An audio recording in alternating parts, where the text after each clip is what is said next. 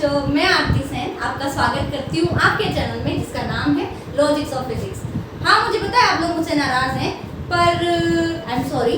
And मेरे पास मेरी कुछ पर्सनल प्रॉब्लम थी, तो उसकी वजह से मैं बहुत कंटिन्यूसली वीडियोस नहीं डाल पाई थी। बट हाँ, देर आए दुरुस्त है, मैं आ गई हूँ अब, और अब मैं आपकी नाराज़गी यूँ चुटकियों में दूर करने वाली हूँ। कैसे? जैसे कि बहुत बार आप लोग जब हम पढ़ाई करते हैं, आप भी करते हो, मैं भी करती हूँ, तो बहुत बार हमें बहुत सारी चीज़ें ऐसी लगती है ना, ऐसे लेक्चर जो होते हैं जो हमें उबाल सकते हैं, सुला सकते हैं, और वो जो भी है। पर मैं आपको प्रॉमिस करती हूँ कि अब हम जो चैप्टर्स पढ़ने वाले हैं उनमें हमें आने वाला है मज़ा। हम उसको जो बहुत ही इंटरेस्टिंग वे में हम लोग पढ़ने वाले हैं। जैसे कि लास्ट चैप्टर में हम लोगों ने पढ़ा था इलेक्ट्रिसिटी के बारे में। अब इलेक्ट्रिसिटी तो मैंने आपको बताया कि इलेक्ट्रिसिटी में हम लोगों ने इलेक्ट्रॉन्स के शहर में गए, इलेक्ट्रॉन्स क्या करते हैं, कैसे करते हैं, कहाँ जाते हैं, क्यों जाते हैं, और फिर उनको ज़बरदस्ती उनकी मम्मियाँ ऐसे खींच के कहीं लेके भी जाती है। कहाँ लेके जाती थी पता है तुमको? चलो वो मैं अभी नहीं बताऊँगी, क्योंकि उसके लिए अगर आप नए हैं तो आपको दोबारा वीडियो देखनी पड़ेगी, और अगर आप पुराने हैं तो आपको सब पता है। ठीक है, तो आप बिना टाइम वेस्ट किए हम हमारा चैप्टर लाइट शुरू करते हैं। अब लाइट क्या होती है? मैम क्या लाइट पढ़ा रहे हो? लाइट तो हमको बताइए। तो पता है, तो अब हमें क्या है कि हमें उसके बारे में और गहराई से जानना है। क्लास 8 में हम लोगों ने लाइट पढ़ा होगा, उसके पहले के चैप्टर्स में भी हम लोगों ने लाइट पढ़ा होगा। उसके अलावा हम लोग जनरली भी हम लोग जब बात करते हैं तो हमें पता होता है कि लाइट क्या होता है। ठीक है, पर मैं वैसे नहीं कह रही हूँ। लाइट की कुछ ऐसी प्रॉपर्टीज होती है जिनको हम लोग ना ऐसे देख नहीं सकते।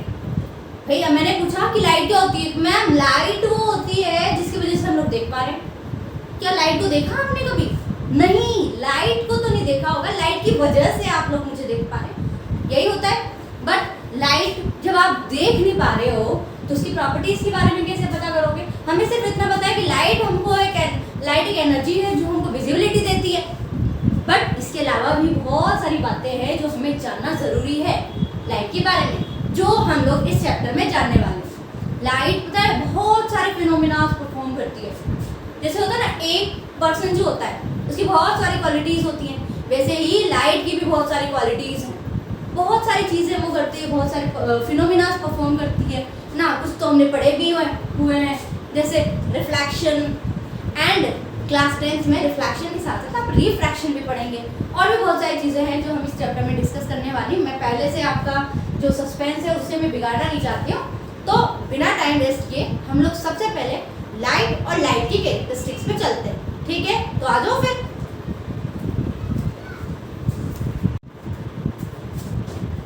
तो ये लीजिए, आ गई है आपके सामने लाइट और लाइट की डेफिनेशन और लाइट की कैरेक्टरिस्टिक्स। सबसे पहले बात करेंगे डेफिनेशन के बारे में। ठीक है, वरना डेफिनेशन बुरा मान जाती है, पहले भी बोला था मैंने।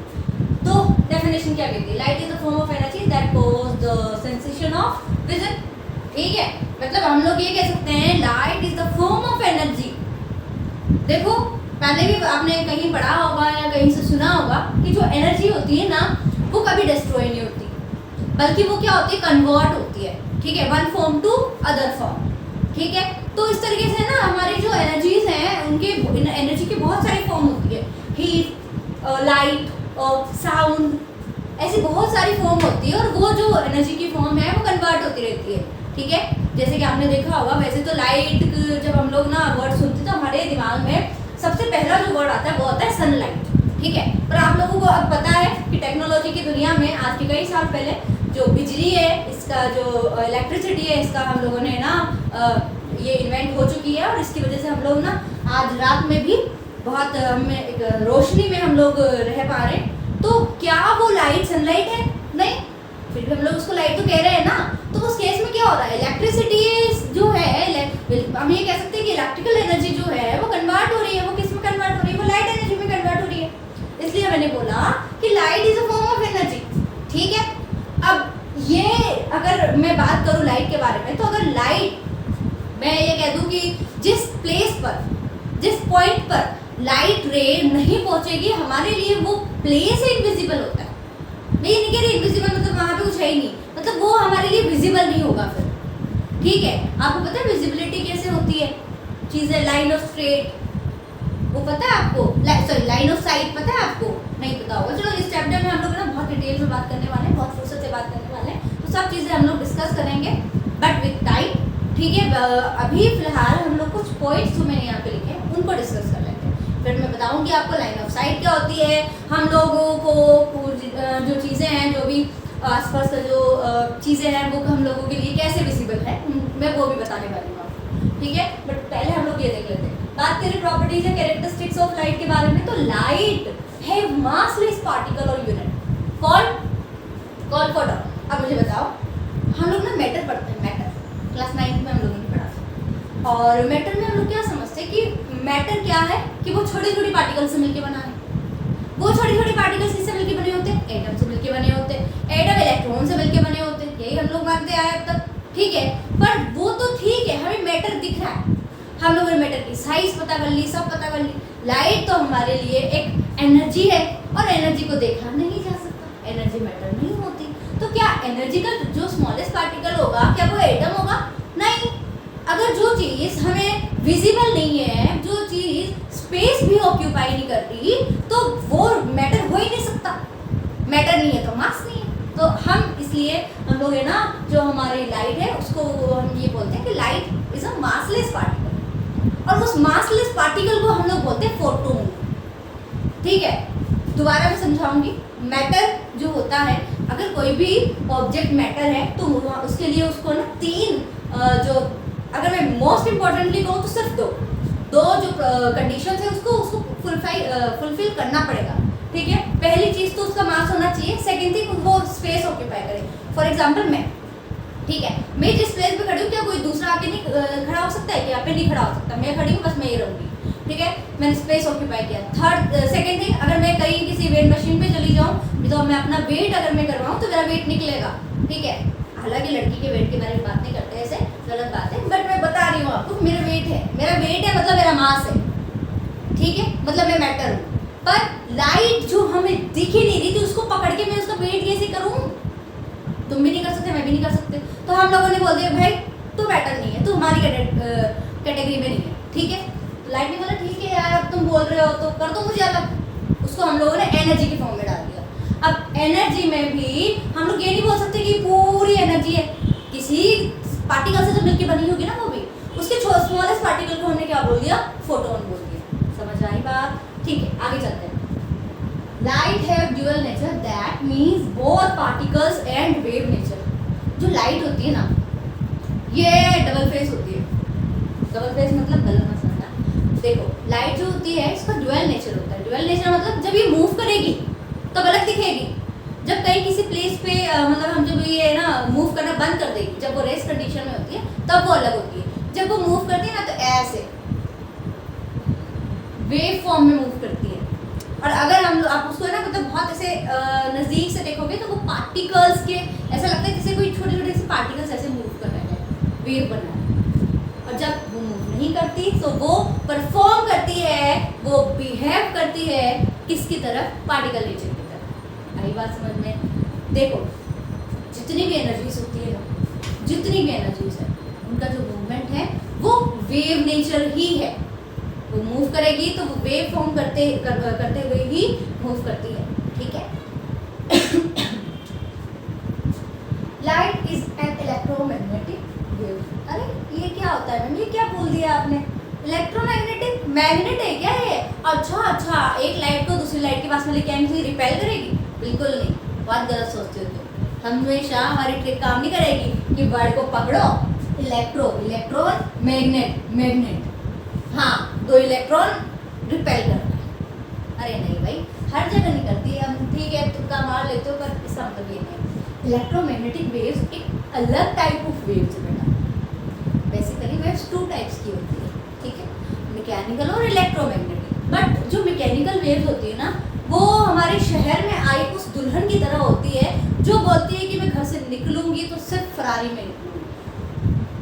मतलब अगर उसको यहाँ से सब्जी लेने भी जाना है तो वो कार से जाएगी, ठीक है। उसको मीडियम चाहिए। मीडियम समझते हो आप?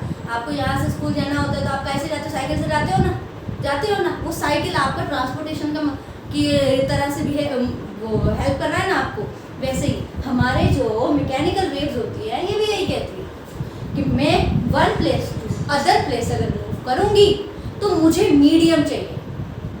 सबसे ज़्यादा जो फास्टेस्ट स्पीड होती है मैकेनिकल वेव्स की, वो होती है सॉलिड, उसमें पार्टिकल्स पास पास में होते हैं। जितना बढ़िया मीडियम, जितने पार्टिकल्स पास पास में होंगे उतनी स्पीड से मूव करेगी, ठीक है। और जो अगर मैं मतलब बात करूँ मैं थोड़े से डिक्रीजिंग वेव में, कि जैसे कि मैं लिक्विड की बात करूँ तो स्पीड थोड़ी सी कम हो जाती है, और गैस में और कम। और वैक्यूम में तो हम लोग ये कह सकते हैं कि हमें सुनाई देता ही नहीं है। स्पेस में जाकर कभी बात करना, खैर ठीक है, सॉरी, मतलब मेरे कहने का मतलब ये है कि आप कभी स्पेस में जाओगे, भगवान करे मेरे मुँह में घी शक्कर, आप लोग साइंटिस्ट बन जाओ सारे के सारे ना, और स्पेस में घूमो, मून देखो, मार्स देखो, जो भी मन करे सब देखो, पर आप जब वहाँ पे बात करोगे ना बेटा, तो आपको एक दूसरे की बात ही नहीं समझ में आएगी।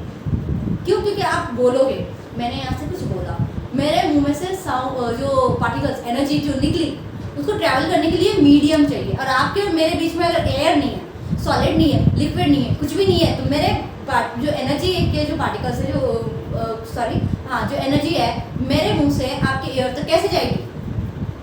साउंड एनर्जी को, मैकेनिकल एनर्जी को तो मूव करने के लिए मीडियम चाहिए, वहाँ मीडियम है ही नहीं, तो वैक्यूम है, इसलिए साउंड जो है वो वहाँ मूव नहीं करती। अब वापस हम अपने टॉपिक पे आ जाते हैं, बात करते हैं वापस से किसके बारे में, इलेक्ट्रोमैग्नेटिक वेव्स के बारे में। जो इलेक्ट्रोमैग्नेटिक वेव्स होती है ना बेटा, ये हमारी गाँव की उस सीधी सादी बहू की तरह होती है जो बोलती है कोई बात नहीं मम्मी जी, मैं खुद से चली जाऊँगी, है ना। इसका मतलब पता है, थोड़ा सा ज़्यादा ही ड्रामेटिक हो गया, सॉरी। इसका मतलब ये है कि जो हमारे इलेक्ट्रोमैग्नेटिक वेव्स होती है ना, इनको मूव करने के लिए किसी मीडियम की जरूरत नहीं होती, ठीक है। ये बोलते हैं कि मैं अपनी 11 नंबर की गाड़ी लूँगी और मैं चल जाऊँगी, ठीक है। वो खुद से मूव कर लेती है और फास्टेस्ट मूव करती है। अगर वो अपने से, मतलब मेरे कहने का मतलब है, बिना मीडियम के थ्रू वैक्यूम में जब ट्रेवल करती है सबसे फास्टेस्ट स्पीड से करती है, और अगर आपने उसको थोड़ा सा मीडियम दे दिया उसकी स्पीड डिक्रीज हो जाएगी। साउंड, अगर आपने साउंड क्या सॉलिड दे दिया, सॉलिड में तो यूं मान के चलो उसकी स्पीड खत्म ही है। मैं यहाँ पे एक वॉल लगा दूँ आपके और मेरे बीच में, नहीं आने लगाएंगे, ऑलरेडी बहुत दूरियाँ आ गई है, अब ज़्यादा दूरियाँ नहीं। मान लो कि ये मेरा बोर्ड है, इसके पीछे भी कुछ ना कुछ तो होगा, इस वॉल के पीछे, क्या आपको वो दिख रहा है? क्या नहीं दिख रहा ना? क्यों? क्योंकि वो जो लाइट है उस बॉल के थ्रू, इस बोर्ड के थ्रू उधर नहीं जा पा रही ना, इस सॉलिड के थ्रू वो ट्रांसफर नहीं हो पा रही ना।